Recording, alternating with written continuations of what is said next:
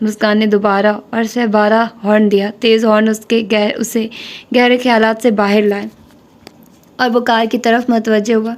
دانی کے بچے، کار میں بیٹھو۔ کار روک کر اس نے مصنوعی غصے سے اسے آواز دی، تم؟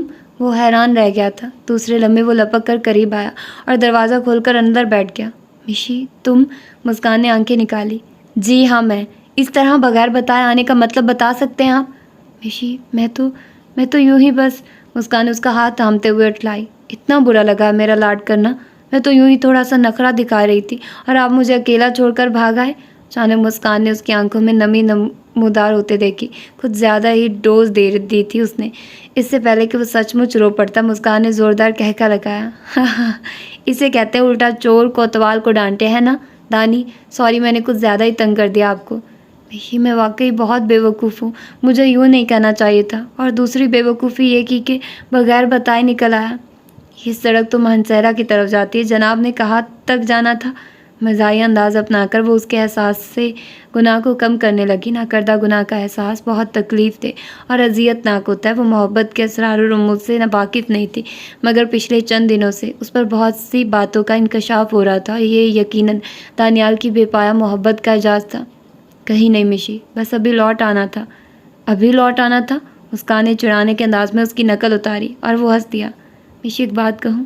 بالکل نہیں، اب تمہاری ایک بھی نہیں سنوں گی۔ اس نے کار موڑی اور واپس چل دی۔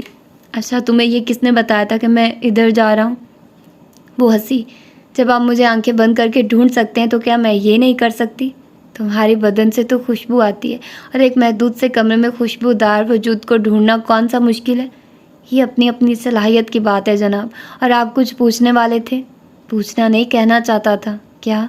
تم بہت اچھی ہو، تمہارے جیسی بیوی قسمت والوں کو ملتی ہے۔ اب ان قصائد کا کوئی فائدہ نہیں، مسکان نے منہ بناتے ہوئے قطع کلامی کی۔ آپ کی غلطی کی سزا ملے گی، ان باتوں سے معافی نہیں مل سکتی۔ ملزم کو ہر الزام قبول ہے اور سزا کے لیے فدوی کا سر تسلیم خم ہے۔ کار ہوٹل کی پارکنگ میں کھڑی کر کے وہ نیچے اترے۔ مسکان نے کہا، پہلے سزا تو سن لے۔ نہیں، سزا سنانے سے پہلے تم یہ سن لو کہ سزا میں مشی سے دوری کی کوئی شک شامل نہیں ہوگی۔ اب سناؤ۔ مسکان حیرت کا جھٹکا سا لگا۔ وہ ایک بار پھر بغیر کہے مسکان کی بات کو جان گیا تھا۔ وہ اپنی حیرت پر قابو پاتے ہوئے بولی، دانی صاحب، سزا ملزم سے پوچھ کر مقرر نہیں کی جاتی اور سزا کو مطلب ہی یہی ہوتا ہے کہ مستحق کے سزا کو ایسی سرزنش کی جائے کہ وہ آئندہ ایسی غلطی کا سوچ بھی نہ سکے۔ وہ احتجاجی لہجے میں بولا، مشی، ظلم کی ایک حد مقرر ہے اور پاکستان کے قانون میں سب سے بڑی سزا پھانسی ہے۔ تم اس سے بڑی سزا ایک چھوٹے سے جرم کے بدلے کیسے دے سکتی ہو؟ مسکان نے دروازہ ان لاک کیا اور وہ دونوں کمرے میں داخل ہو گئے۔ اچھا، بھوک لگی ہے کہ نہیں؟ وہ رونی صورت بنا کر بولا۔ پہلے سزا کا تعین ہونے دو، اس کے بعد ہی کچھ پتہ چلے گا۔ مسکان بساختہ ہنس پڑی۔ اچھا، سزا ہے یہ کہ اس نے سوچنے کا پوز بنایا اور پھر چٹکی بجاتے ہوئے بولی، ہاں، آپ کو آج اپنے ہاتھوں سے مجھے کھانا کھلانا پڑے گا۔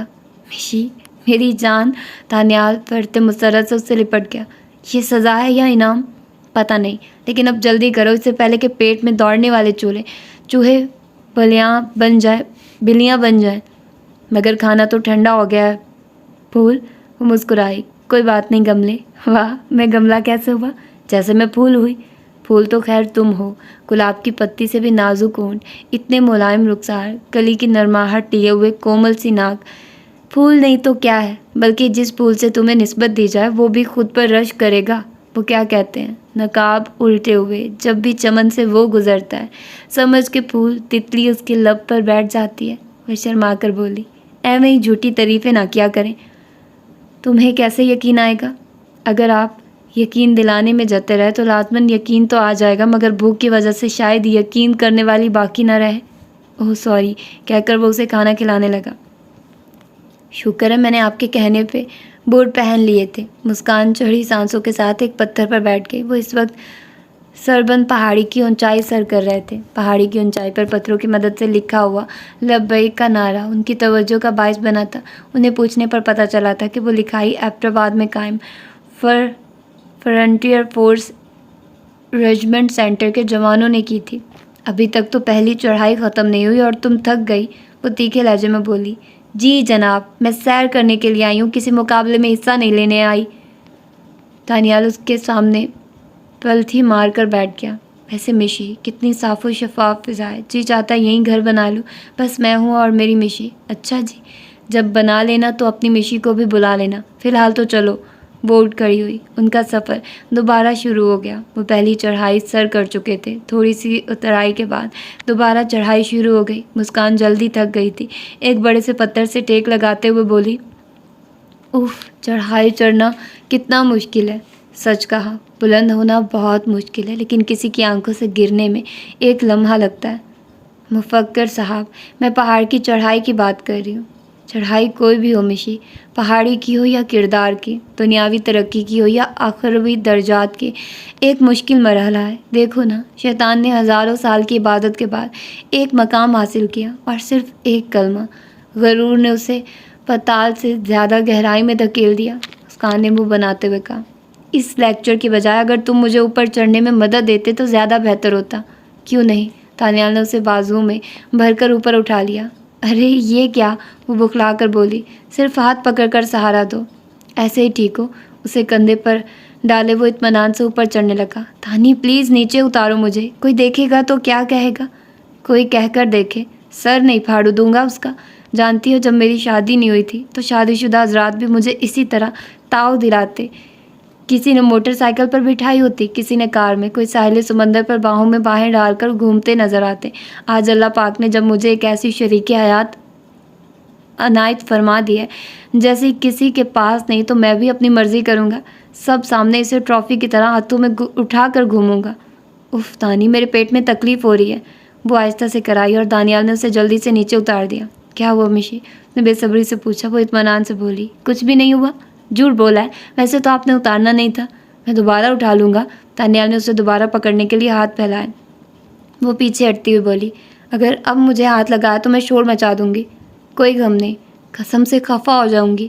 اچھا ٹھیک ہے، صرف ہاتھ سے پکڑ کر کھینچوں گا۔ گھنٹے بھر بعد وہ آہستہ روی سے چڑھتے لکھائی کے قریب پہنچ گئے تھے۔ وہاں تھوڑی دیر رک کر وہ مزید اوپر چڑھنے لگے۔ چوٹی پر پہنچ کر وہ بیٹھ گئے۔ دوسری جانب اکا دکا گھر نظر آ رہے تھے۔ مسکان بولی، مجھے تو سخت بھوک لگی ہے۔ مجھے تم سے بھی زیادہ لگی ہے۔ دانیال نے پیٹھ پر لدا بیگ کھول کر کھانا نکال لیا۔ انہوں نے اسپیشل پراٹھے اور کباب تیار کرا کے پیک کرائے تھے۔ مسکان شرارت سے بولی، ہاں، اتنی موٹی تازی بیوی کو اوپر تک کھینچ کر لانا پڑا، بھوک تو لگے گی۔ تم اور موٹی تازی پاگل، جتنا وزنی لوہا میں نے لوڈ کیا ہے، اس کے بعد 100 کلو گرام تک کا وزن اٹھانا مجھے مذاق لگتا ہے۔ اور جہاں تک تمہاری بات ہے، قسم سے گلاب کے پھول سے بھی ہلکی لگی ہو۔ بس زیادہ مسکا لگانے کی ضرورت نہیں۔ ہاں جی، ہمارا سچ کہنا بھی اب خوشامد کے زمرے میں آئے گا۔ اللہ ایسی اکھڑ مزاج بیوی میرے علاوہ کسی کو نہ دے۔ مسکان، جو اکھڑ مزاج کے الفاظ سن کر آنکھیں نکالنے لگی تھی، مکمل بات سن کر مسکرا دی۔ اچھا دانی، یہ بتاؤ، اگر آپ کی شادی کسی دوسری لڑکی سے ہوئی ہوتی تو کیا اسے بھی اتنی چاہت دیتے؟ مسکان نے کئی دنوں سے دل میں مچلتا سوال پوچھ ہی لیا۔ دانیال بالکل خاموش ہو گیا۔ مسکان کا دل عجیب انداز میں دھڑک رہا تھا۔ وہ منتظر نگاہوں میں اسے گھورنے لگی۔ وہ اچھی طرح جانتی تھی کہ وہ اسے چھوڑ کر چلی جائے گی، پھر بھی جانے کیوں وہ اسے یوں ہی اپنا دیوانہ دیکھنا چاہتی تھی۔ چند لمحے خاموش رہنے کے بعد اس نے زبان کھولی، مشی، مجھے شادی کی خواہش تھی اور بہت زیادہ تھی۔ جوان بدن کے تقاضے ایسے نہیں ہوتے کہ انہیں ٹالا جا سکے۔ جہاں تک کہ میں ان تقاضوں کو پورا کرنے کے لیے ایک مرتبہ جسم فروش عورت کے پاس بھی پہنچ گیا، مگر میرے اللہ نے مجھے بچا لیا۔ مجھے اس سے کراہت محسوس ہوئی اور میں اس کے جسم کو ہاتھ لگائے بغیر وہاں سے نکل آیا۔ میں نے شادی کے لیے کتنی دعائیں مانگی، کتنی کوششیں کی، یہ بیان سے باہر ہے۔ پھر میں نے سوچا شادی کے لیے دولت ضروری ہے۔ کوئی بھی لڑکی تب میری جانب متوجہ ہوگی جب میرے پاس موٹر کار، بنگلہ اور اچھا کاروبار ہوگا۔ اس خیال نے مجھے جرم کی ترغیب دی۔ میں نے لوگوں کو لوٹنے کا ارادہ کیا پر ناکام رہا۔ میرا ضمیر اس بات پر راضی نہ ہوا کہ کسی غریب کی جیب کاٹ کر اپنی جیب بھروں۔ پھر میں نے امیر آدمی کی بچی اغوا کی، مگر بغیر تاوان لیے چھوڑ دی۔ ایک ملک دشمن نے مجھے دہشت گردی کی کارروائی میں شامل ہونے پر کثیر دولت کی خوشخبری سنائی، لیکن میں اپنی خوشیوں کے لیے دوسروں کے گھر نہیں اجاڑ سکتا تھا۔ میں نے اس ذلیل کی گھٹیا آفر کو دھتکار دیا۔ پھر میں نے ایک شادی دفتر سے رجوع کیا، مگر وہ دھوکہ باز تھے۔ خوبصورت لڑکیوں کی تصاویر دکھا کر مجھ جیسے شادی کے تمنائیوں کو لوٹنے والے۔ وہاں بھی منہ کی کھانے کے بعد میں نے شادی کا خیال دل سے نکال دیا۔ اس کے بعد مجھے تم ملی، میرے رب کا ایسا انعام جسے میں اپنی ذات پر رب کی لازوال رحمتوں کی تکمیل کا نام دے سکتا ہوں۔ اگر تمہارے علاوہ کوئی بھی لڑکی مجھے ملی ہوتی مجھے ضرور عزیز ہوتی، میں اس کے حقوق پورے کرتا، اس پر کبھی ظلم یا زیادتی نہ کرتا، مگر اللہ پاک کی قسم میں نے اس بارے بہت سوچا، بہت غور کیا اور اس نتیجے پر پہنچا کہ جتنی محبت مجھے تم سے ہے اتنی کسی سے نہیں ہو سکتی۔ میں تمہاری تصویر دیکھ کر ہی فریفتہ ہو گیا تھا۔ بڑے غور سے اس کی باتیں سنتی رہی۔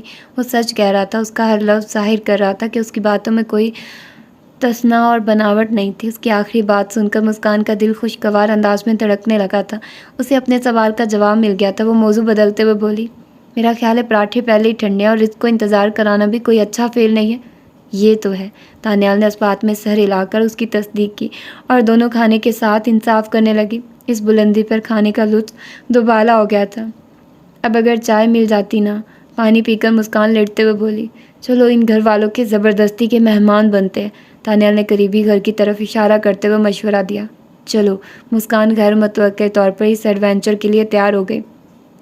وہ دوسری جانب نیچے اتر گئے۔ چڑھائی کی نسبت اترائی آسان تھی۔ وہ چند منٹ میں گھر کے نزدیک پہنچ گئے۔ گھر سے باہر لگے ایک گھنے سے درخت کے نیچے 2 چھوٹے چھوٹے بچے کھیل رہے تھے۔ انہیں دیکھ کر وہ ان کی طرف متوجہ ہو گیا۔ بیٹا کیا نام ہے؟ مسکان نے جھک کر بچے کے گال تھپ تھپاتے ہوئے پوچھا۔ وہ جھجکتے ہوئے بولا، یاسر۔ اور تمہارا کیا نام ہے گڑیا؟ مسکان بچی سے مخاطب ہوئی۔ وہ خاموشی سے اسے گھورتی رہی، یوں بھی وہ بچے سے چھوٹی تھی۔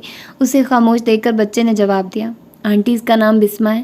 اسی وقت ایک عورت نے گھر سے باہر جھانکا۔ اجنبی عورت کو اپنے بچوں سے بات چیت کرتے دیکھ کر وہ قریب آ گئی۔ وہ شاید ان بچوں کی ماں تھی۔ سلام بہن۔ اس نے مسکان کو سلام کے لیے کر کے مصافحے کے لیے ہاتھ بڑھایا۔ وعلیکم السلام۔ مسکان نے خوش دلی سے اس کا ہاتھ تھام لیا۔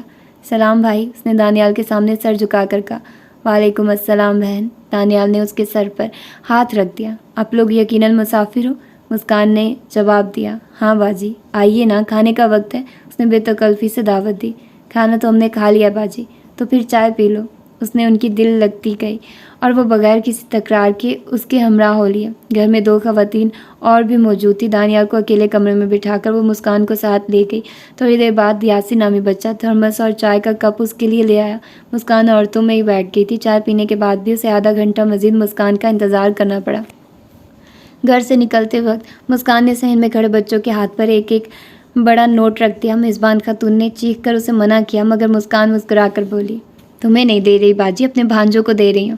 واپسی کے لیے انہوں نے دوسرا رستہ استعمال کیا تھا جو مسکان کو میزبان خاتون سے پتہ چلا تھا۔ واپس پہاڑ پر چڑھنے کی بجائے وہ نیچے اترے اور روڈ پر پہنچ گئے۔ وہاں سے انہیں خالی ٹیکسی مل گئی۔ ان کا رخ ایبٹ آباد کی مشہور اور تاریخی مسجد الیاسی مسجد کی طرف ہو گیا۔ ان کے ہوٹل میں واپسی عصر کی اذان کے بعد ہی ممکن ہو سکی تھی۔ دانیال شاور لینے کے لیے باتھ روم میں گھس گیا۔ اسی وقت مسکان کے موبائل فون پر حماد کی کال آنے لگی۔ وہ تھکی تھکی آواز میں بولی، یس مسکان، تم اس وقت کہاں ہو؟ حماد کے لہجے میں کوئی ایسی بات ضرور تھی کہ وہ یکدم سنبھل کر بیٹھ گئی۔ میں اس وقت عارضی طور پر کراچی سے باہر ہوں۔ اس نے بات کو گول مول کرنا چاہا۔ میں نے پوچھا کہاں ہو؟ حماد نے اپنی بات دہرائی۔ ایبٹ آباد۔ اس سے جھوٹ نہ بولا گیا۔ وہاں کس مقصد سے گئی ہو؟ حماد کا لہجہ بہت سنجیدہ تھا۔ وہ دانیال کہہ رہا تھا کہ اس نے کوئی پہاڑی علاقہ نہیں دیکھا، تو میں نے سوچا چلو اس بہانے آؤٹنگ ہو جائے گی۔ شٹ اپ، بند کرو بکواس۔ حماد دھاڑا، مجھے صرف بچے کی خواہش تھی، یہ نہیں کہ میں تمہیں کسی اور کے پاس رنگ رلیاں منانے کے لیے بھیجنا چاہتا تھا۔ میں نے کئی دنوں کی تلاش کے بعد ایسا بدصورت مرد تلاش کیا کہ جس کی طرف تمہارا دل مائل نہ ہو، اور تم اس کالے کلوٹے کے ساتھ ہنی مون منا رہی ہو، گل چھڑے اڑا رہی ہو پہاڑی مقام پر۔ بھول گیا تمہیں اپنا حماد، جسے بستر اس طرح کاٹ کھانے کو دوڑتا ہے جیسے گدھے کے بجائے کانٹے بچھائے گئے ہوں۔ اور یہ تو ایک بدصورت مرد کے ساتھ تمہارا برتاؤ ہے۔ اگر کوئی خوبصورت ہوتا تو شاید تم ہر حد عبور کر لیتی ہے نا؟ نہیں ہادی نہیں، پلیز۔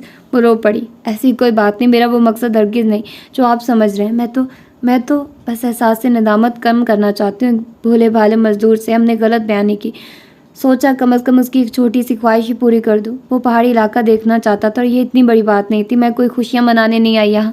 حماد تلخی سے بولا، محترمہ، اتنا خوبصورت مکان، ایک سوزوکی کار اور ایک خوبصورت لڑکی کی مائیت میں 1.5 ماہ کی عیاشی، اور کیا چاہیے اس بھیک منگے کو؟ ہادی، پھر بھی ہم نے اسے اندھیرے میں تو رکھا نا؟ حماد ٹوک لہجے میں بولا، میں کچھ نہیں جانتا۔ تم ابھی وہاں سے واپسی کا قصد کرو۔ صبح واپسی؟ میں نے کہا ابھی اسی وقت، اگلے 10 منٹ میں مجھے SMS آ جانا چاہیے کہ تم وہاں سے چل پڑی ہو۔ ہادی میری بات سمجھنے کی کوشش کرو۔ مسکان سخت تھکی ہوئی تھی۔ اس وقت اتنے لمبے سفر پر نکلنا بہت مشکل تھا۔ ابھی اسی وقت یا پھر کبھی نہیں۔ اوکے ہم آدھے گھنٹے میں روانہ ہوتے ہیں۔ اگر تم نہ نکلی تو؟ وہ گھبرا گئی اور روحانسی ہو کر بولی، آ رہی ہوں۔ رحمان نے رابطہ منقطع کر دیا۔